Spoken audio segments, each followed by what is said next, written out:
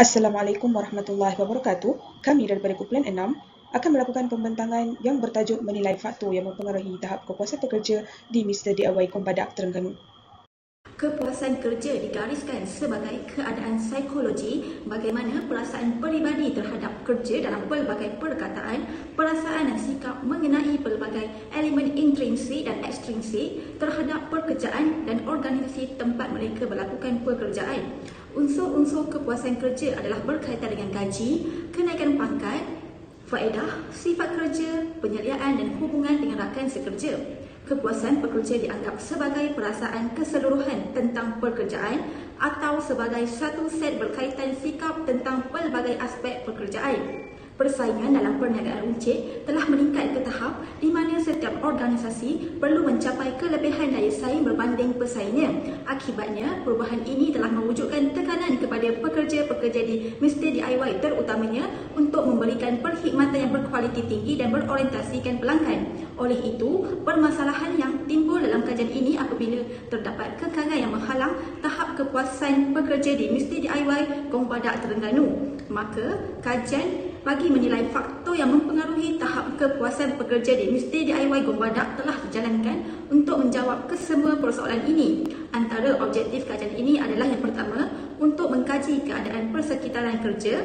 Objektif yang kedua, untuk menilai hubungan antara pekerja dan pihak organisasi. Objektif yang keempat, untuk mengenal pasti tahap bayaran gaji dan bonus pekerja. Dan objektif yang terakhir, untuk mengetahui beban kerja yang dihadapi oleh pekerja. Metodologi merupakan kaedah mencari jalan penyelesaian dengan cara yang sistematik bagi mencapai sesuatu tujuan tertentu.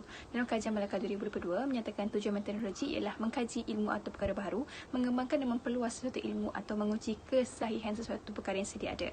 Dalam kajian yang dibuat oleh kumpulan kami, metodologi yang digunakan ialah melalui kaedah kuantitatif. Kaedah kuantitatif merupakan satu kajian yang secara umumnya menggunakan analisis statistik bersifat objektif dan berorientasikan kepada hasil kajian. Bagi mendapatkan data dan maklumat yang mencukupi, penyelidik menggunakan sumber primer dan sumber sekunder.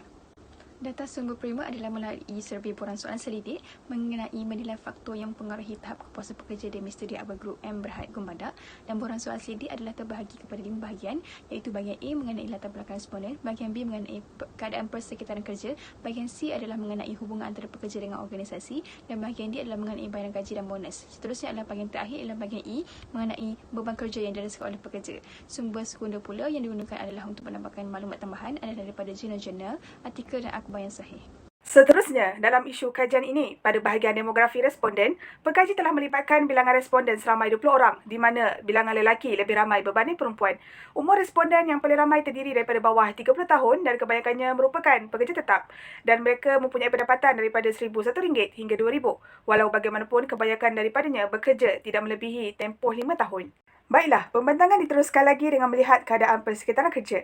Bagi soalan pertama iaitu penyediaan peralatan keselamatan di tempat kerja, seramai 10 responden menjawab sangat setuju. Soalan kedua berkaitan penyediaan kemudahan pengudaraan di tempat kerja, sebanyak 11 orang menjawab sangat setuju. Soalan ketiga iaitu keupayaan keselesaan waktu bekerja, seramai 12 orang responden sangat setuju. Bagi soalan berkaitan ketersediaan fizikal dengan persekitaran kerja yang menyenangkan, bilangan responden yang menjawab sangat setuju lebih sedikit berbanding setuju. Dan persoalan berkaitan pelaksanaan norma keselamatan dalam organisasi, seramai 12 orang menjawab sangat setuju. Maka, hasil daripada analisis di atas telah mendapati bahawa persekitaran kerja yang dihadapi oleh para pekerja DIY Kombadak sangat baik dan kondusif. Seterusnya, kita akan melihat berkaitan hubungan antara pekerja dengan pihak organisasi. Soalan pertama adalah berkaitan dengan hubungan antara junior dan senior di tempat kerja. Responden menjawab setuju lebih ramai berbanding dengan sangat setuju, dengan masing-masing berjumlah 12 orang responden dan 6 orang responden. Soalan berkaitan kepercayaan pihak atasan terhadap diri, seramai 11 orang menjawab setuju.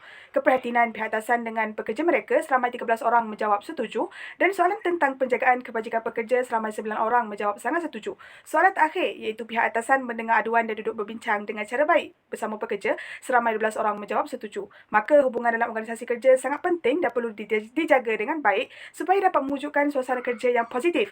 Pada bahagian ini, saya akan menjelaskan tentang hubungan antara bayaran gaji, bonus dan juga beban kerja.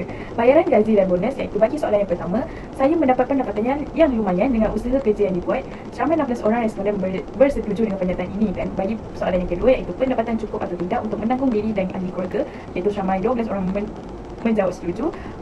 Soalan berikutnya adalah boleh mengikuti cara pembayaran gaji dan sistem inisiatif kepada kerja, iaitu 16 orang menjawab setuju. Saya berpuas hati dengan faedah yang diterima, sangat setuju, lebih sedikit berbanding setuju. Buktinya 6 orang menjawab setuju dan 13 orang menjawab sangat setuju. Bagi bayaran bonus sentiasa tepat pada waktunya adalah 12 orang menjawab setuju, iaitu kerana pihak majikan Mr. DIY telah menunjukkan satu usaha yang komited dalam membayar gaji dan bonus pekerja mereka, tetapi masih ada dalam kalangan mereka yang tidak bersetuju dengan pernyataan yang berkaitan dengan pendapatan yang diterima lumayan dengan usaha kerja yang dibuat. Kos hari hidup kini kian meningkat sehingga mendorong perasaan ketidakpuasan pekerja itu wujud tentang masalah ketidakcukupan pembayaran gaji dan bonus. Seterusnya iaitu pada bahagian beban kerja, iaitu soalan yang pertama, waktu kerja yang fleksibel, iaitu 9 orang bersetuju. Masalah kekurangan pekerja sehingga membebankan pekerja yang ada, seramai 11 orang responden menjawab tidak pasti kerana kebanyakan anak muda pada masa kini lebih memilih untuk bekerja sendiri daripada melibatkan diri dalam mana-mana syarikat pekerjaan. Terusnya adalah bekerja lebih waktu. Bilangan setuju dan tidak setuju adalah sama, iaitu 6 orang. Kerja lebih waktu ini jarang berlaku dalam organisasi sebegini disebabkan setiap pekerja sudah mempunyai jadual waktu yang telah ditetapkan. Hubungan antara bayaran gaji, bonus dengan beban kerja yang perlu ditanggung oleh pekerja Mr. DIY ini telah menunjukkan hubungan yang positif kerana majoriti daripada mereka bersetuju bahawa bayaran gaji dan bonus boleh menggalakkan pekerja untuk lebih bersemangat dan dapat menghasilkan kualiti kerja yang lebih maksimum. Manakala, bagi beban kerja pula adalah salah satu punca yang boleh menyebabkan pekerja mengalami gangguan dan tekanan dalam melaksanakan kerja mereka. Terdapat beberapa cadangan untuk meningkatkan tahap kepuasan pekerja, iaitu mewujudkan budaya hormat menghormati dan bekerjasama adalah penting untuk persekitaran kerja yang positif. Majikan harus menggalakkan sikap saling menghormati antara ahli pasukan dan tidak menggalakkan sebarang bentuk diskriminasi, buli atau gangguan. Menggalakkan kerja berpasukan, kerjasama dan mengiktiraf sumbangan individu membantu memupuk suasana kolaboratif. Selain itu, majikan mestilah menyediakan segala kemudahan dan keselesaan di tempat kerja kepada pekerja. Keadaan fizikal tempat kerja dan kemudahan yang disediakan akan membantu pekerja untuk melaksanakan tugas mereka dengan lebih baik. Antara kemudahan dan keselesaan yang diperlukan adalah dari segi faktor pencahayaan di tempat kerja, pengudaraan dan penyediaan serta penyusunan perabot pejabat. Seterusnya, majikan haruslah menyediakan peluang untuk pertumbuhan dan pembangunan kepada pekerja. Majikan haruslah melabur dalam program latihan, bengkel, seminar dan inisiatif membina kemahiran yang membolehkan pekerja meningkatkan keupayaan profesional mereka. Seterusnya, saya teruskan dengan cadangan keempat. Majikan boleh mengambil inisiatif dengan meningkatkan pengiktirafan kepada pekerja. Ia merupakan sebagai satu tanda terima kasih atas hasil usaha dan tenaga yang telah diberikan oleh mereka untuk menaikkan potensi syarikat dengan sebaik-baiknya. Sebagai contoh, majikan boleh berkongsi prestasi pekerja yang cemerlang secara terbuka, sama ada melalui surat khabar, media sosial atau mesyuarat terbuka yang melibatkan semua kaki tangan syarikat sebagai satu pengiktirafan rasmi serta melakukan penyampaian cenderamata untuk pekerja yang terlibat. Hal ini kerana dengan menghargai usaha mereka, pekerja-pekerja akan merasa bermotivasi untuk terus berkhidmat di syarikat dengan hasil kerja yang semakin berkualiti dan diiktiraf atas kerja keras mereka. Selain itu, cadangan kelima, majikan perlu memupuk imbangan kerja dan kehidupan yang sihat oleh semua pekerja. Majikan boleh memberikan galakan dan sokongan melalui inisiatif keseimbangan kerja dan kehidupan, seperti menyediakan waktu kerja yang fleksibel, memberi peluang dalam membuat pilihan kerja luar sama ada jarak jauh atau dekat, menggalakkan rehat ketika mempunyai tugasan yang terlalu banyak, kerap menyemak beban kerja pekerja dan menyediakan program kesihatan pekerja.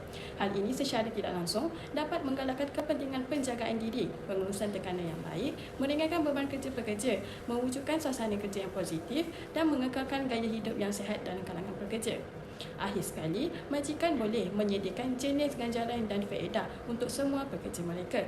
Nilai ganjaran atau faedah yang diberi kepada pekerja adalah berdasarkan kepada prestasi, kemahiran dan sumbangan mereka kepada organisasi dan syarikat. Antara jenis ganjaran dan faedah yang boleh dipertimbangkan atau diberikan oleh majikan ialah seperti bonus tahunan, bonus pekerja cemerlang, kenaikan pangkat, kenaikan gaji bagi pekerja yang mempunyai prestasi kerja yang baik, trip tahunan oleh syarikat, majlis makan malam, hari keluarga buat pekerja dan lain-lain keistimewaan untuk pekerja.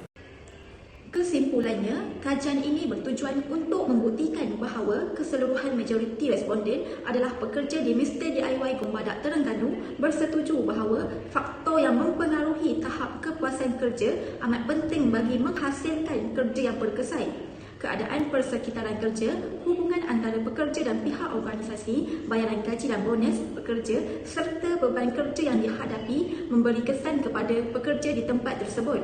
Kajian yang telah dijalankan ini adalah dapat membantu pekerja di Mr. DIY tersebut untuk terus berusaha menerapkan kefahaman dalam kalangan pekerja tentang tahap kepuasan kerja. Dasar organisasi harus diperbaiki dan ditambah baik oleh pihak kerajaan agar sesuai dengan kaki tangan pekerja bagi mengelakkan berlakunya tekanan ke atas pekerja.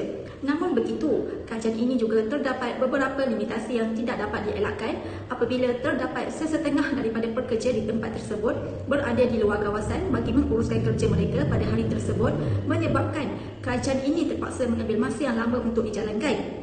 Oleh itu, pengkaji berharap kajian ini akan menghasilkan tindak balas yang positif terhadap faktor kepuasan kerja. Penyelidikan yang berterusan perlu dijalankan mengenai kesan kepuasan kerja terhadap motivasi dan prestasi pekerja di Mesti DIY Kombadak Terengganu.